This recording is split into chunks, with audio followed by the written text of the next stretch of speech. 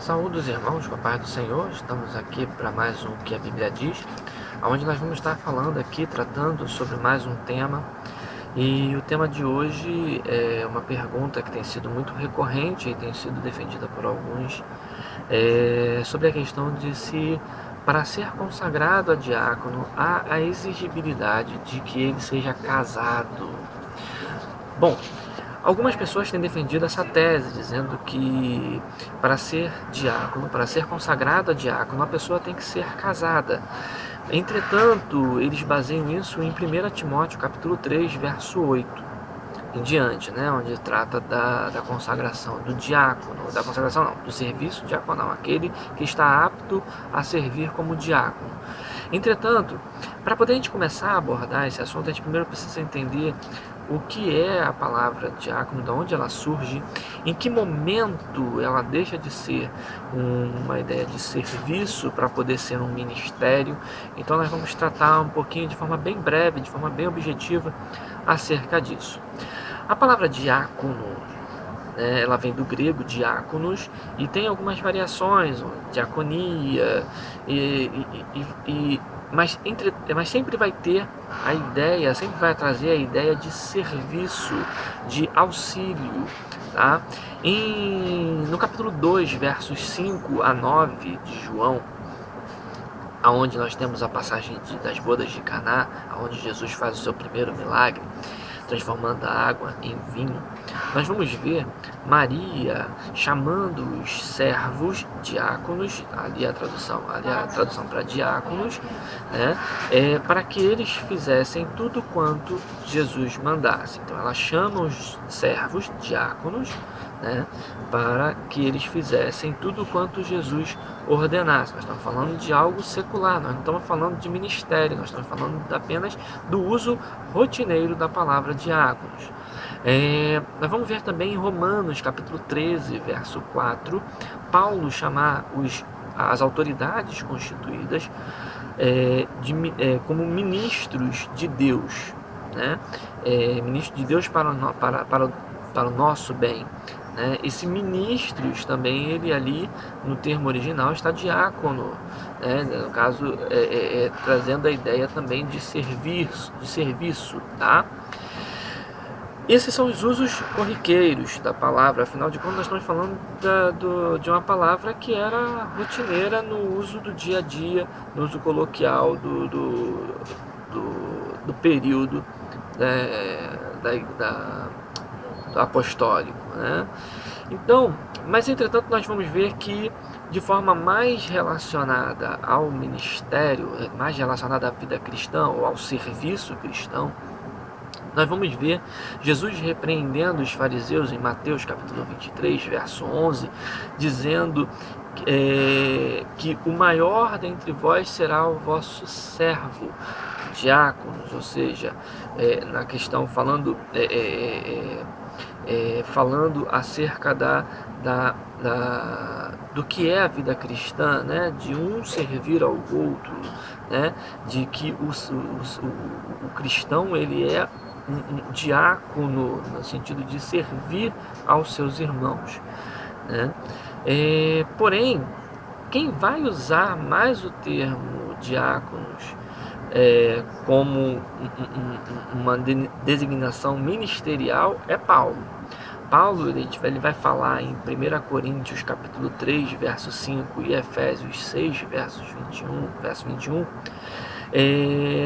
vai tratar acerca, por exemplo, na primeira passagem de 1 Coríntios 3,5, vai falar sobre aqueles que diziam ser de Paulo e aqueles que diziam ser de Apolo, aonde ele vai questionar dizendo: quem é Paulo, quem é Apolo, se não servos, diáconos, por quem eles creram. Então, esse é o primeiro uso mais relacionado a um ministério cristão, ao ministério, né, da igreja acerca da palavra diácono. Já na segunda, nós vamos ver ele apresentando Tíquico, né, como irmão amado e fiel ministro do Senhor. Essa palavra também ali ele vai estar relacionado a diáconos, né, e aí ele na nossa tradução ficou como ministro, né. Bom, entendido isso, então nós vamos ver que a palavra diácono, ela está muito relacionada a essa questão do servir, não necessariamente ao ministério. Então, nós temos que ter esse entendimento para que nós possamos entender o que nós vamos falar mais agora, especificamente aqui à frente. Bom, o cargo eclesiástico do diácono, né, ele vai surgir em Atos capítulo 6, versos 1 a 7. O que acontece aqui no capítulo 1, no capítulo 6, versos 1 a 7 de Atos? Os crentes helenistas, tá, eles reclamam que as suas viúvas estão sendo esquecidas durante o repartir durante o serviço da mesa. Então, os apóstolos reconhecem esse problema, eles reconhecem que há realmente esse problema, acham essa reclamação justa, fazem uma reunião entre os 12, chamam a comunidade e pedem para que a comunidade escolha entre eles 7 homens para que sejam instituídos no serviço de servir a mesa, ou seja, o serviço diaconal propriamente dito. E sobre esses homens eles impuseram mãos, dando a eles autoridade ministerial ou autoridade eclesiástica ali naquele momento. Tá? Entretanto, o texto é muito claro.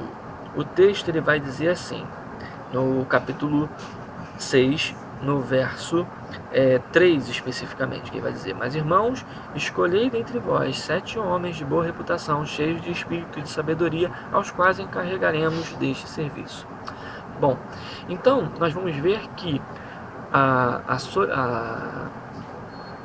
característica exigida para os diáconos eram apenas 4, tá? Que eles fossem homens, ter boa reputação, fossem cheios do Espírito e cheios de sabedoria.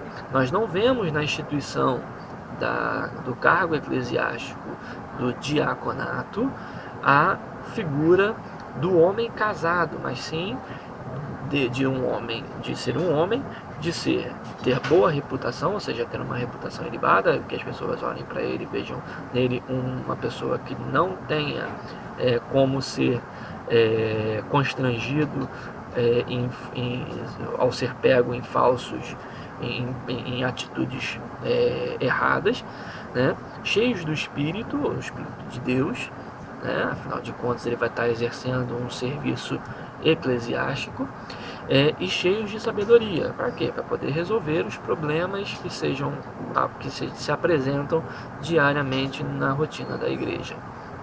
Bom, fica claro então que não há nenhuma ordenação com relação a ser casado.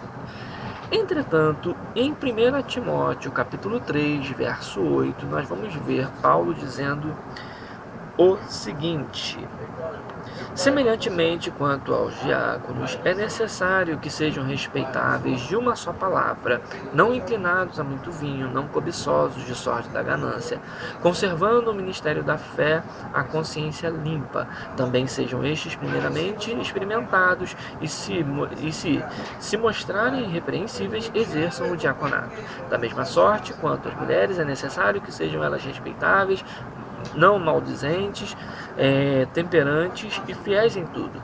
O diácono seja marido de uma só mulher e governe bem seus filhos e a própria casa, pois os que desempenharem bem o diaconato alcançam para si mesmo justa preeminência e muita intrepidez na fé em Cristo. Bom, antes de mais nada, a gente precisa antes de tomar qualquer posicionamento com relação ao que Paulo escreve, nós precisamos entender o que Paulo está querendo falar sobre esse assunto e por que ele fala desse jeito. Russell Norman Chaplin, ele explica muito bem essa questão, dizendo que, como judeu, Paulo ele usa a figura da sinagoga, ele usa o esquema da sinagoga para organizar a igreja. Tá? Daí você vai ter a figura do bispo, ou seja, o líder, que seria como se fosse o principal da sinagoga, ou os líderes da sinagoga, né? No caso de uma igreja com mais de um bispo, né? E sendo que um governa sobre os demais, ou seja, é o principal, a figura do principal da sinagoga. E havia também os serventes, né, os auxiliares, né, que ajudavam nesse trabalho. Em Lucas capítulo 4, verso 20, quando Jesus faz a leitura do rolo de Isaías, no capítulo 4, verso 20, ele entrega a um auxiliar da sinagoga. Esse auxiliar da sinagoga é alguém que atua dentro da sinagoga para poder ajudar, e essa figura ela surge na igreja como sendo o diácono. Então ele faz essa abordagem, ele faz essa comparação usando a figura da sinagoga. Ele, como judeu, seria muito tranquilo ele usar essa figura, né? E entendido isso, então a gente parte então para a consideração que é feita pelo teólogo Jürgen Moltmann, né, onde ele diz que nesse período da igreja primitiva, o uso das palavras ministério ou serviço devem ser vistos como funções e não como cargos propriamente dito, né, e sim funções. Essa visão do Moltmann, ela é muito coesa com o que Pedro fala em 1 Pedro capítulo 2, verso 9. Vamos dar uma olhadinha lá, só para a gente ter uma ideia, que é onde Pedro vai falar acerca do sacerdócio universal. 1 Pedro 2, 9, onde ele diz assim: vós, porém, sois raça eleita, sacerdócio real, nação santa, povo de propriedade exclusiva de Deus, a fim de proclamardes as virtudes daquele que vos chamou das trevas para a sua maravilhosa luz. Ora, nem todo mundo que está na igreja tem cargos eclesiásticos, porém, todos que estão na igreja são chamados para poder servir na igreja, servir os seus irmãos. Não há quem esteja na igreja que possa dizer: não, eu posso agora sentar aqui no banco da igreja, descansar, não preciso fazer mais nada. Não, muito pelo contrário, você tem a obrigação de servir o seu irmão, servir a sua comunidade, servir ao pastor, servir a obra como um todo. Então essa ideia do Moltmann, ela bate muito bem com a ideia do sacerdócio universal de 1 Pedro, né, citado em 2,9, e se parece muito com o que Paulo está trazendo em 1 Timóteo capítulo 3, né, onde ele vai falar dos bispos e vai falar dos diáconos, né, sendo mais especificamente dos diáconos uma forma mais abrangente.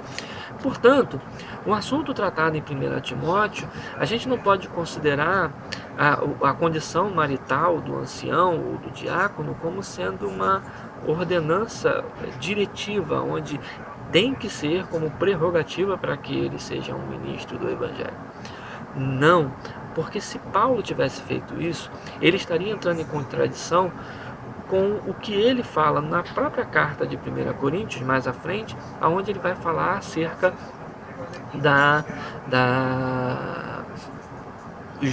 dos solteiros cuidarem da obra e dos casados cuidarem da sua casa. Ora, havia também um outro problema de contradição consigo mesmo, com a sua postura, com a sua posição, com a sua condição. Por quê? Porque Paulo, ele era celibatário.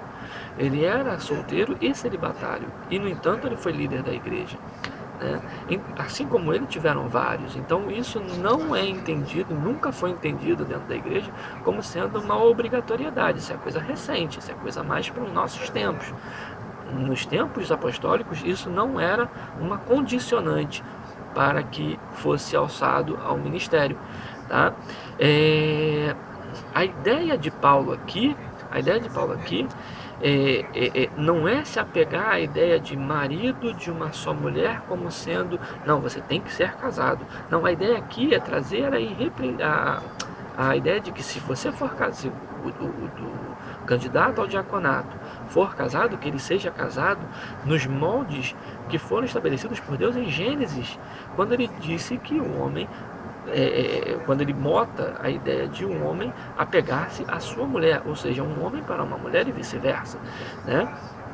De nenhuma forma a gente tem que estar pensando nisso como sendo uma condicionante para a sua condição de que ele tenha que ser casado para poder ser diácono.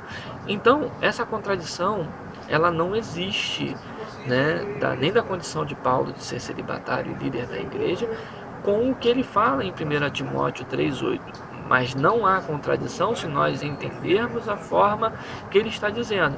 Não que os requisitos para a consagração, não como requisitos para a consagração do diácono, mas sim como requisitos de santidade, requisitos de postura irrepreensível. Se você é solteiro, seja um solteiro aonde você não tenha uma vida libertina entregue a prazeres da carne. Mas se você for casado, que seja casado com uma só mulher. Mas a obrigatoriedade, o que é prerrogativa para ser diácono da igreja, está em Atos capítulo 6, aonde ele dá as condições de ser homem, ser irrepreensível, de ser cheio do Espírito e ser cheio de sabedoria. Essas são as condições. A ideia de Paulo é simplesmente reforçar a ideia de que para ser diácono, para ser ministro do Evangelho, você tem que ter uma vida ilibada, pautada no padrão de santidade bíblico, pautada dentro da vontade da vida que Deus quer para nós, daquilo que nós devemos ter como norma de vida, como segmento de vida, como postura de vida, totalmente liberto do mundo, vivendo uma vida em Cristo e para Cristo. Bom, espero que vocês tenham gostado. Até o próximo vídeo, em nome de Jesus.